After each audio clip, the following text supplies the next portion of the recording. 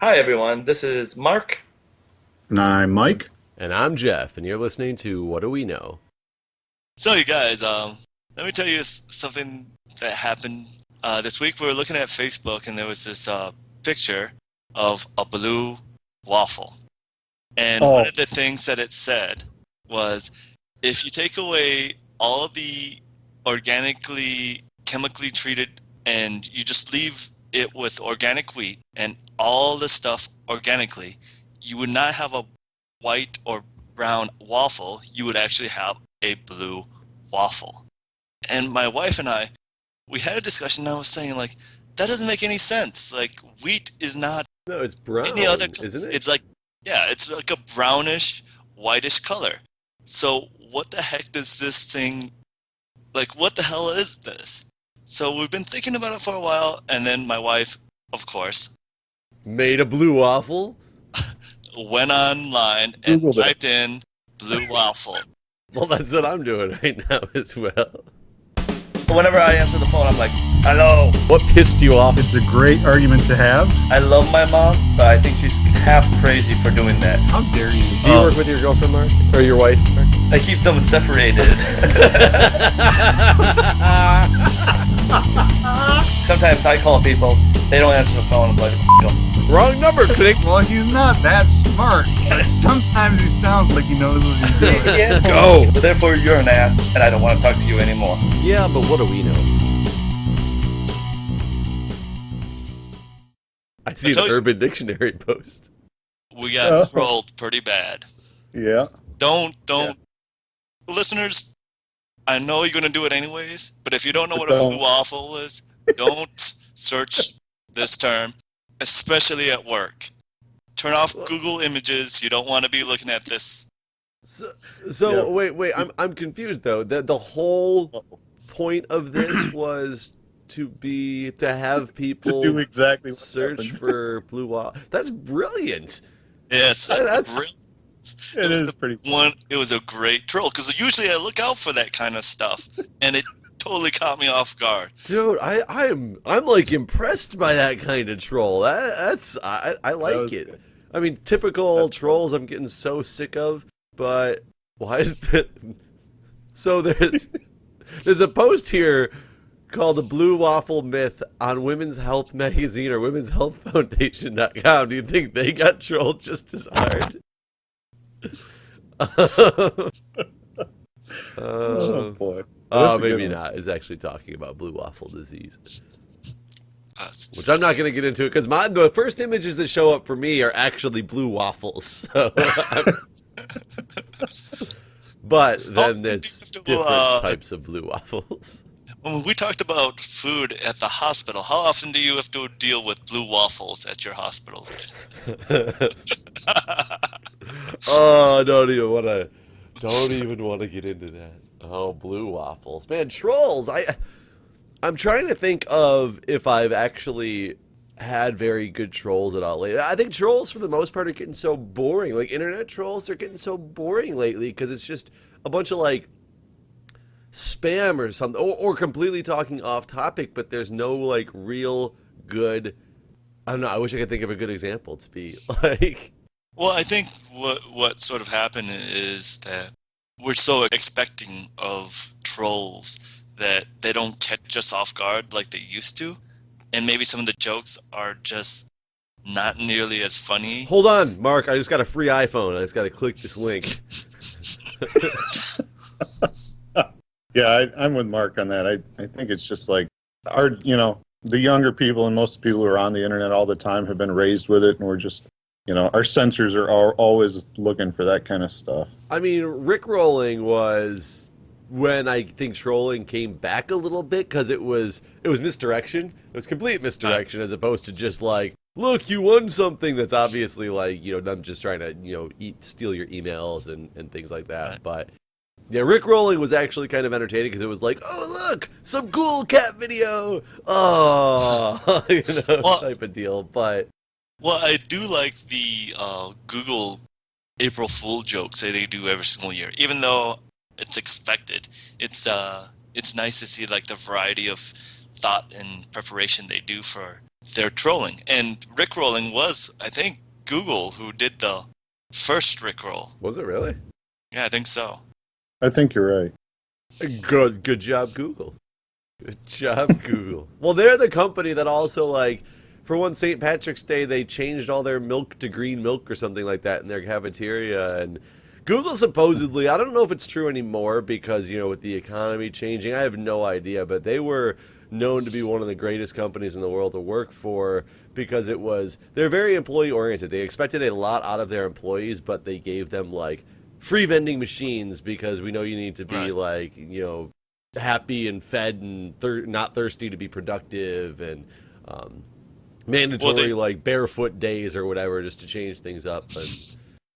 Well, I mean, I think they were trying to be very anti-Microsoft in the corporate structure of how they did their business. I'm not sure if that's as true nowadays for both companies. But we're kind of like that because I am definitely podcasting barefoot right now.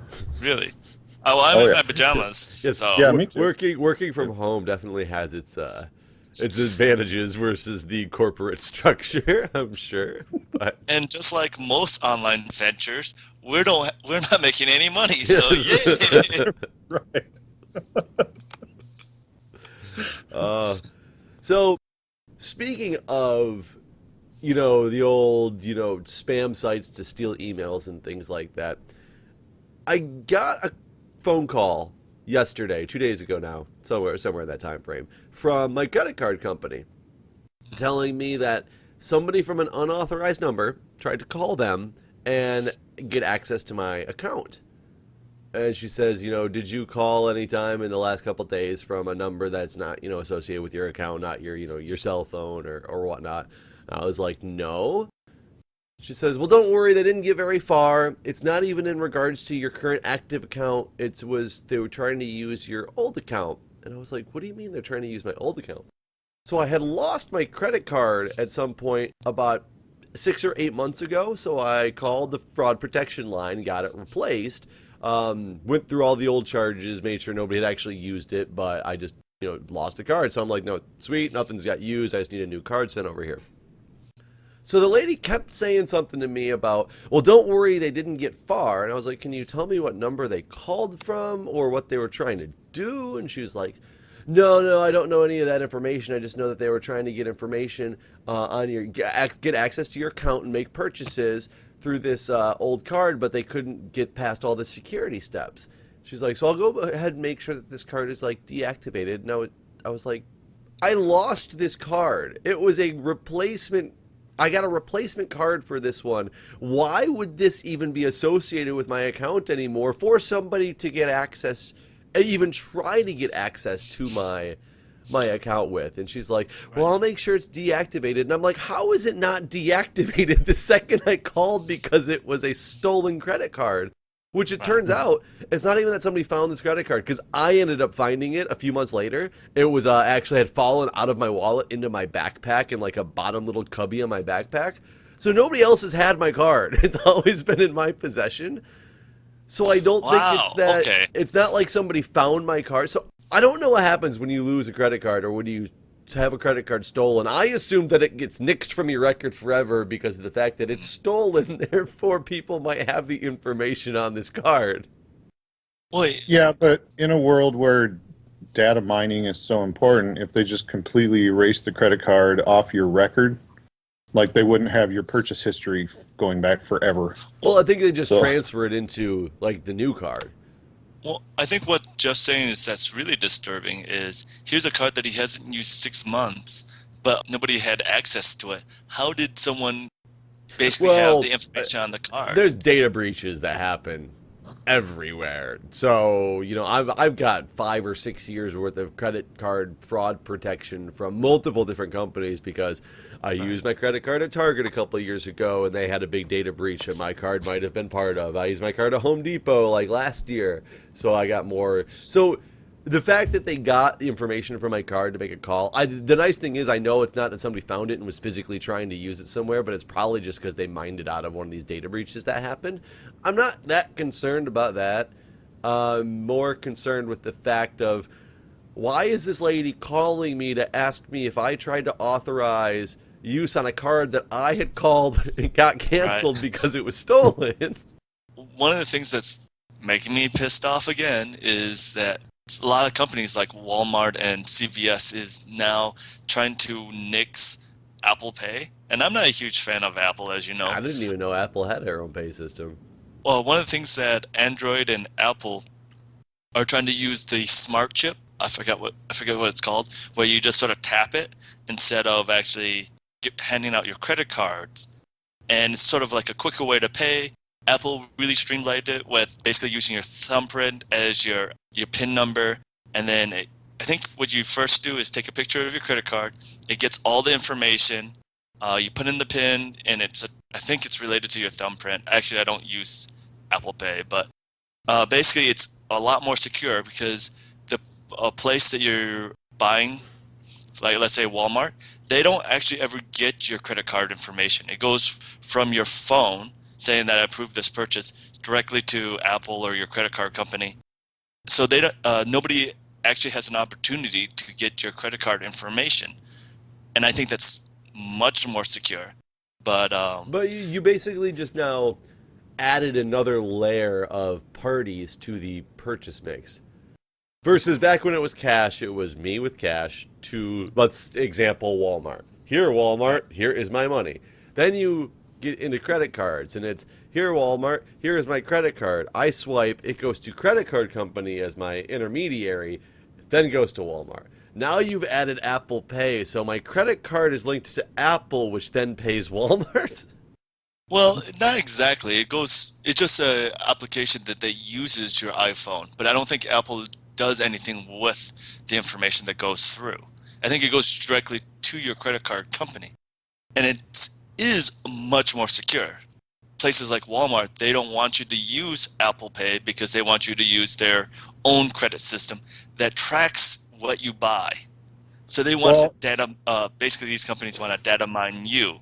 And I would be very surprised if Apple didn't do anything with that information. I mean, Apple is, well, and most major companies are in it to make money, and if they can take that data and sell it to somebody, I'm sure that's going to happen. Or even just use it to target more of their iPhones Right. or Their iPhone apps. commercials. That's one thing I'm getting now a lot more on my Droid is I get all these random commercials that are popping up, like especially during football. I don't know if it's linked to the ESPN app or what, but after a football game, I always get this little pop-up in my task manager that tells me about a new show that I should watch. And I'm like, that's the weirdest thing that I've ever seen on my phone. Is it helpful? I've never watched any of the shows that popped up. I think I more just delete it because I close it out because it's new and different. That I'm like, I don't want to get into this. I'm afraid of new things. But I think what Mike is saying is Apple easily wants this information because then they can target ads that they put out to people based on purchases. And I mean, they're just as evil as Walmart in the sense that you're saying they want to data mine you. Well, I mean, I'm not saying that it's evil. I'm just saying that it's an invasion of privacy. But I don't believe But you're Apple okay with Apple invading your privacy, but not the store? I actually don't believe Apple does get your information. I think only your credit card. I think it just basically puts in the information, but I'm not 100% sure on that. I don't understand why you still think that this would not give the store the data mining information that they desire related to you. They still they're still linked to you, and they still know what you purchased. Yeah, see, and I wasn't 100% sure on that because I would assume that they would get your information just by having your credit card information. But the articles I read said it's more secure and that the stores are upset because they want you to use their gift certificate or whatever credit card thing that they want. Well, they probably make some money off of it in some way, shape, maybe or form. Because a lot of times, I bet if I use a standard old Visa or MasterCard or Discover or American Express or whatever you want to go, if I go use that somewhere, I think they get charged a fee. However, if I get a Sears card and go to Sears, then now they want that because then they're a credit card company and they make money just like credit card companies do. I've tried to start going back to cash. I thought you were going to say because you of- tried to start your own credit card company. Get the mic card. Coming soon after the show, the WDWK credit card. Right, that's what I was just going to say. You know, percent interest. Mark commented earlier, we don't make any money. It's about time we start. But no, I've recently started trying to pay cash for a lot of things that for a while I was just in such a habit of using a credit card or debit card for, because I feel like it's so much safer now. But the problem I always run into when paying with cash is it's so easy to spend cash. That like if I have money in my pocket, like I don't even think about, during lunch at work, oh look, there's a bag of chips in the vending machine. See, I find the reverse is true. Because at least... And I was going to go with you. I was going to go with you on this, Mark. Yeah, if I have $100 in my wallet, I think I have $100, so I don't want to spend that money. But when you're using a debit card or a credit card, you don't really think about how much it's racking up. So Yeah, I would think the same. If I can't physically see it, I lose sight on how much it really is. Yeah, well, and maybe I don't know. I guess think that there's probably like a I know we've talked about this on the show a little bit before, but it's just sort of a difference in demographic there, I think, because being married with kids and stuff like that, like I don't ever just go out and buy stuff to buy stuff. I don't ever get out without my kids, most of the time. So to be able to go anywhere where I could just buy something just because I wanted it, like that doesn't happen very often with me. Okay, and talking about preferences, I want to sort of segue this into a different portion of our show, if that's okay. No. No. So you prefer cash over credit. Credit over cash, and I'm more cash over credit. But how about other things? I think you got in that life? backwards, but Okay, so I just prefer money in any way, shape, or form. Money, money, money, money, money. so this is more food related. Food. Food. When you eat pizza, how do you eat pizza? With my Knife mouth. and fork? With my mouth. With your mouth. Do you eat it just a straight Slowly. slice? Crust Generally first, front first. Nobody eats their pizza crust first unless you're in that stupid Pizza Hut commercial for the stuffed crust pizza back in the day. But what I actually do is I fold my pizza. And I'm in such a habit now, it's really strange for me not to fold pizza when I eat it. It's more convenient. Are you And eating massive slices? Because Because I'll fold my pizza if it's big. If it's a flimsy crust, like flaccid pizza, you gotta fold it to give it some structural integrity. Or if you cover it with like ranch dressing or like Papa John's and you get like the garlic cheese or the garlic butter sauce and you want to hold it in there and not just have it like leaking out the sides. Yeah, sometimes you got to fold it over a little bit. I prefer not to fold over my pizza. I got something against the stromboli, but that's all you're doing is you're making a stromboli right there. I really don't have anything against the stromboli, but it's delicious. It's a different thing. So I want to eat it as a different thing. But there's reasons why you have to fold your pizza. I don't believe anybody's locked into folding. I don't think I ever fold pizza. When it's like the giant slices like you're talking about, generally speaking, the only time I would have a piece of pizza like that would be at a bar where they give you plates and silverware, and I would just eat it like that. But I'm not even talking about giant pizzas. Like even just your standard pizza from Domino's, I tend to fold over when I eat. Have you ever seen the street pizza around here in DC? Have you ever seen people eating it? I don't know how big it is in other places. Late night bar food is huge to go get the giant slices of pizza. And I mean, essentially take a normal medium pizza and put it into a slice. Right. And I mean, you go and buy for like $7 or $8 this pizza. I mean, it's literally like, you guys can see my hand. It's literally like this big, and you're just like, actually, when you're drunk at the bar. For our listeners, Jeff made a very big hand gesture, like maybe Mike's showing you right now, guys. Don't worry, I'm sure you can see it. It's basically the size of your fish that you caught last week, so about that size. What do you mean when you say you have to fold it over? Like, does your body not let you eat pizza without doing so? It just sort of feels strange to eat pizza that's not folded over. Do you unfold stromboli? No, I would fold it more because I like. it's a quad stromboli. Double Okay, so stuffed.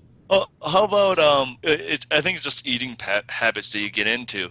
Oreos. Do you actually still unlock the No, Oreo? not as an adult. I very rarely eat Oreos either, though. But they're so good. I always have to dip them in milk. Yeah, me too. Almost never do I just eat an Oreo. Really? I don't think I've dipped a cookie in milk in years. It's something about Oreos. They don't actually taste as good without like milk, and I agree. like, just putting an Oreo in your mouth and then washing it down with milk doesn't have that same kind of texture. No. It's not as good. No, they're kind of dry when you just eat the cookie by itself. Well, when was the last time you ate a regular Oreo? Versus, I don't think I've had anything other than like a double stuffed. I don't even know if they make regular Oreos anymore. Like, Oh, it's yeah. I think it's all double stuffed. No, No, It's it's- all they still double stuffed. Oh, sorry. No. I didn't know. Oh no, they definitely still make regular. Do you guys get the regulars more often? Yeah, Yeah. yeah. I think what was the last time you had Oreos? I think mine was like 3 weeks ago, but Probably about the same. Yeah, mine too. Somebody had brought a container in the fire station a couple weeks ago. when you eat Oreos, do you eat one or do you just eat the whole freaking sleeve like I do? I at the fire station, I don't get the ability to eat more than like one or two because other people eat the whole freaking sleeve like you do. That's one of those places, like, if you've ever heard of this, like the fraternity house, the fire station, no name, fair game is definitely a saying. If you leave some food out, it is gone. Like, it doesn't matter. It's... Well, and generally speaking, it's the same way in a household with me and my wife and 3 kids, too. You So, guys are a little if fire there's station. something like that in the house, it goes quick. Okay, next question is fries. Do you pour the ketchup onto the fries? No. Do you pour it into a side container? Do you mix it with mayo? Yes. Okay, most of the time, this brings up, I got some stuff here. So, most of the time, I don't eat ketchup on fries anyway. What? Oh yeah, almost never. Almost never. If I'm going to use a dipping sauce, it's going to be like barbecue or something. Actually, like at McDonald's, Right. when I eat McDonald's, I use the sweet and sour sauce. Oh, I used to do that all the time as well. Yeah, I still do that. But almost never do I use ketchup unless it's like steak fries or something like that. But, and I'll let you guys come back to this topic if you feel strongly about it. But when you bring up French fries and food habits, one thing I totally do with food is I like compartmentalize when I have, like when you're talking burger, fries, and You don't let them something touch. else. What's that? You don't let things touch. No, they can touch, but like certain meals, and I don't even know. It kind of happens like a visual type of thing, because sometimes it happens and sometimes it doesn't. Like Thanksgiving, I could literally mix potatoes, corn, like sweet potatoes, like all of it together and eat it, and I'd be fine. Like that's fine. But for some reason, like if it's a burger and fries and a drink or whatever, the fries are gone before I even touch the burger, and it's not because like I feel like I have to. I just do it that way. You Like just it's eat it automatic. in an order. Food in an order. Yeah. That was going to be another question that I have is when you eat food, do you eat all the chicken first, all the salad, or do you just take food in rotation, like salad and then hamburger, or do you just eat mixture like I do? I just pretty much, I'll try some of this, and I'll eat some of that, and then I'll eat some of this. No particular order. Sometimes eat a whole bunch of something.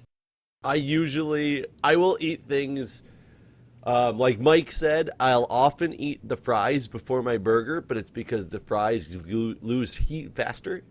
So I like to eat them when they're nice and hot, and the burger will retain that heat and still be delicious when the fries are done. Otherwise, if it's something that is related to like what needs to be eaten first for the better taste and heat and this and that, I usually try to eat what I dislike the most first to get it gone so that I can then really enjoy like the steak.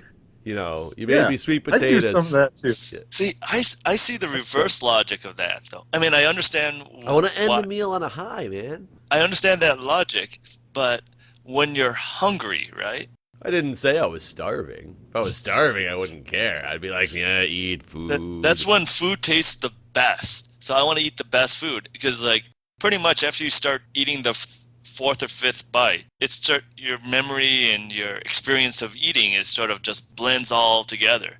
So the first couple of bites are the important bites. At least that's what I think. Interesting. I never heard philosophy on food like that before. I disagree because, like Jeff was saying, how he gets the stuff he likes the least out of the way first. I do a good amount of that. I would say a fair amount. So to me, like my fourth or fifth bite is still like Brussels sprouts or something. So it only goes up from there, Then it's like, oh, this is as good as it's gonna get. Oh no, it's not. Oh wait, there's more. Like, going back to Oreos, the first 2 or 3 Oreos are the most delicious. Near the end of the pack, it just tastes like tears. That's the same thing. It tastes like literally, they just all taste like Oreos. It's weird how that works. Back to the fries one, though. I don't know many people who on a regular basis put ketchup directly onto their fries. I will in certain circumstances, such as at work if I have to buy from the cafeteria. They give you basically a styrofoam container and everything's compartmentalized. And I don't have a separate area to put ketchup, but I have to use their big pump machine before I leave. So then I'll kind of sprinkle it on the top to make sure I have some and go back up to my unit. But that's because I'm forced to, essentially. Well, when you eat fries, do you eat one at a time? No, not usually. I usually grab like 3 or 4 in a stack, in a row. See, sometimes I share my fries with my wife, and we're eating fries, but I'll grab like fistfuls at a time, and she'll eat a little bit, and then she'll get really angry at me. I can't stop it. And then you're like, what? I thought he's like, what? Leave it alone. I do what I want to do. Well, I mean, she wants like, oh, let's have an equal amount of fries, and I'm just shoving it in my face as fast as I can. Like, I'm not going to share fries. I'm going to eat it all now. She's just trying to control you, Mark. Don't take that. So, if you eat fries in the car, like if you have to stop and get fast food because you're like really busy running around, you're like going from here to there, I just got time to grab a quick meal. I used to do this a lot when I was working and going to class, as I would have to eat in the car constantly because I didn't have time to do any other thing. I've never thought about trying to like open up a packet of dipping sauce, be like dip my fries in as I'm going down the road. But then I'll see people like I'll be at a stoplight and watch this person like the whole meal platter essentially in front of them, cutting up like a steak. The most amazing thing that I've seen in Japan was we're driving down the highway and there was some guy driving a truck while eating cup noodle with chopsticks. And I'm just thinking, wow, just like. I mean, but how do you guys eat in a car? Do you specifically go out and get food that's car friendly? I don't like to eat in the car too often. Sometimes we'll do it in emergencies, but like emergencies. Oh no, we gotta eat. Must get to the hospital. Stop at the fast food. Like if there's not that much choice, we'll just probably eat in the parking lot or whatnot, and just eat in the car while not driving. So it doesn't really matter. Adventure. Okay, it's just like you probably pull over to text on your phone. Yeah, I don't really text on my phone. Like, I don't generally eat in the car very often anymore. But like when I was younger and had a couple jobs and was always driving from one to the other, I definitely did search out food that was car friendly, like Taco Bell. Taco Bell, depending on what you get, is kind of hard to eat while you're driving. It's good to go. Well, not when it's a hard taco and you spill lettuce and cheese all over your vehicle. That's why you gotta get soft tacos. I was driving back to Michigan once, and I ended up stopping at one of the turnpike plazas. The only restaurant that was open in there was a Sbarro, and I was like, okay, I like pizza. Back to pizza topic. You know how hard it is to eat a piece of Sbarro driving down the expressway? Try folding it. I was going to say, I could have folded it over. And I was very bad. That was the only place that was open. And I remember complaining about that when I got back to Pernack. And he tells me that. He's like, what are you talking about? I can eat anything in the car. He's like, apparently before gotten burritos from Chipotle and just eating them driving down the road. I can't even eat those without making a mess at a table. Like, if you get like cheap pizza. Like, I think this is kind of a regional thing, but like Little Caesars, Yeah. the $5 hot and readies or Right. whatever, like they've been sitting under a heating lamp for an hour and a half before you get them, so the cheese is nicely congealed and it holds all the other fresh stuff. and ready. It said hot and ready. It's hot. It's Right, ready. exactly. Take it. That's what I'm saying. But because it's been sitting there for so long, like the cheese is like this solid Mass, weird it's not together. gooey. texture thing. So it holds the pizza together, and that's really easy to eat while you're driving. So that's Mike advertising for Little Caesars. The cheese is so crappy, you can eat it while driving. Right. I like Little Caesars well enough. It is what it is. It's $5 for a pizza. And you don't have to call ahead, But it's not gourmet pizza. That was brilliant when they started doing that, because every other time, if you want pizza, you have to call it ahead, or you have to walk in there, order, and you got to wait at least 15 minutes before your pizza's ready. The fact that you can just go in and grab something and leave, man, brilliant marketing. I actually saw something online that says that the profit margin on those $5 pizzas are really small. I mean, Oh, yeah, I would imagine. yeah, I would think so. $5 I mean, is not a lot of money for. I would think that they were trying to get you to come in and, like, you buy the $5 pizza, but then you get a pizza that your family actually likes to eat. But it seems like... Well, that's what they're doing now. They have the $5 hot and ready that is just like the medium with pepperoni only. Right. But they also now have hot and ready like supreme pizzas and deep dish and all this, which of course are like $8 or $9 each. So they're they hot bring and you ready, in though? with that advertisement. What's that? They're hot and ready though. They like keep all Yeah, those yep. under the heat lamp. Yeah. as It's well? almost like if you called ahead of time and ordered your pizza when you picked it up, it would be hot and ready. So, Yeah. so what pizza company? Domino's. I just heard an NPR story related to Domino's, and apparently Domino's is known as an IT company because of all the like IT innovation that they do and like the industry with all this stuff. And I was like, man, I really got to listen to this story because this is amazing to me. I shit you not. This entire story was going on about how awesome Domino's was and how revolutionary they were, because they had an app that you could order on your phone that tracked where your pizza was at. Like, your order is in, it is being prepared, it is out for delivery. And I was like, Who cares? what? That's so like standard and commonplace. And granted, Papa John's, I don't think anywhere on there tells me that it's like being prepared or it's out for delivery at this particular moment, but I can imagine that that's a pretty easy thing to add into their application. John is now spitting on your pizza. But I mean, it's literally like you have this whole story about what this, and they claim that their profits doubled in the last quarter or something like that because of their IT innovation. And I'm like, I don't know where this story is really going. Well, Domino's, weren't they one of the companies where you could buy pizza online while you're playing one of the RPG games? I don't know if it was ever. They were. They linked their pizza ordering to. I mean, I believe that they might have some good tech innovation stuff going on, but the fact that in today's day and age to be like, there's such a great tech company because you can order online or order from your phone. It's like you can with every restaurant that exists now. Well, I feel like Domino's, I'm not sure who their CEO is, but whatever they're doing, I think they're doing it right because. Oh, they definitely are. I sort of feel like 10 years ago or something, Domino's had to be close to bankrupt because I know personally, I bet I went 8 or 10 years without even thinking about Domino's really. And I know I haven't had a pizza, and I still haven't had a pizza from there in, God only knows how long. I don't even remember the last time.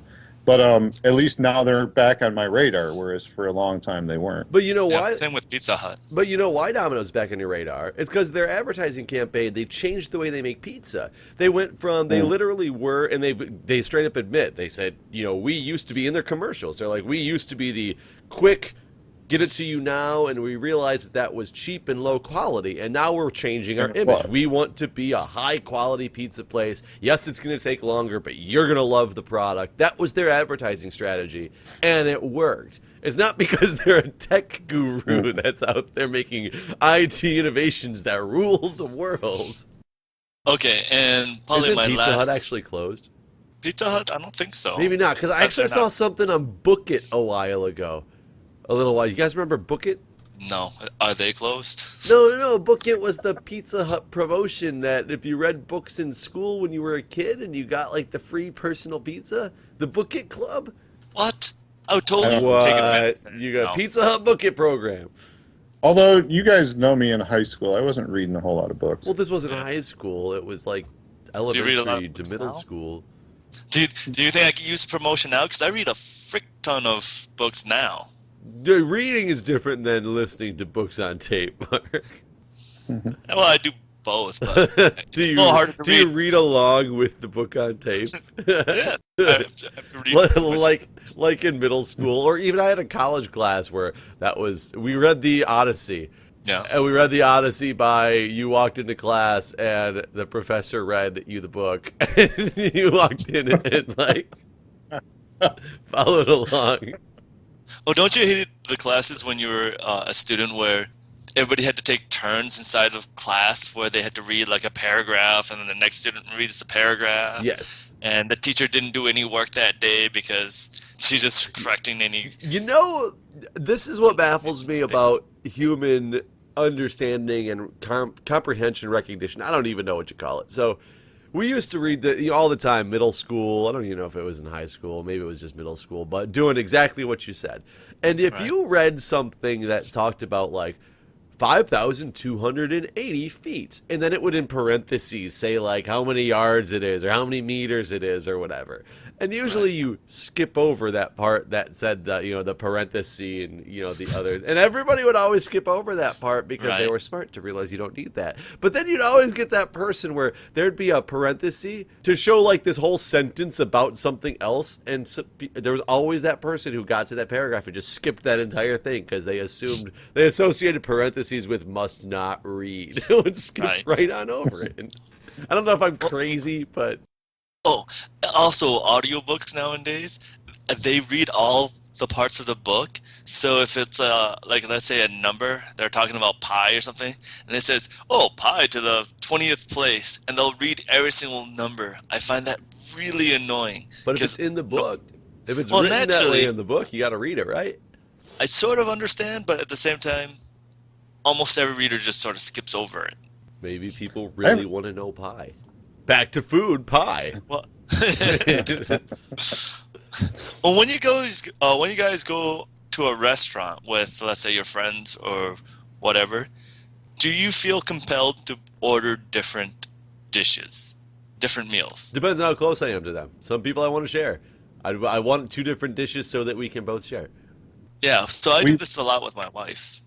Yeah, we've already established that Mark doesn't like to share French fries with his wife. That is true. But you would think that I would be all for getting a meal and it would be my meal and I'm not going to share. But when my wife orders something, I will automatically switch my preference of meals to something different, just to have something different. So I share a little bit. And it doesn't really come up with my wife and I very often because we kind of have different tastes in food enough to where we're almost never wanting the same thing. But I think that on the rare occasion that does happen, it probably influences me a little to get something different. How about food that you're not going to share with? Like if you go out with your friends and you're not going to really share your food with them. And you're not going to be like, oh, I can't have a burger because Mike had a burger even though we're not sharing? No. Right. Well, I sort of do that sometimes because, I don't know, I guess in the back of my head, if we all get the burger and the burger's bad, then we all like have a miserable time, but in a way... At least I might be able to have a good time if I get something that's good. Or maybe Suckers. Then I can point and laugh at them.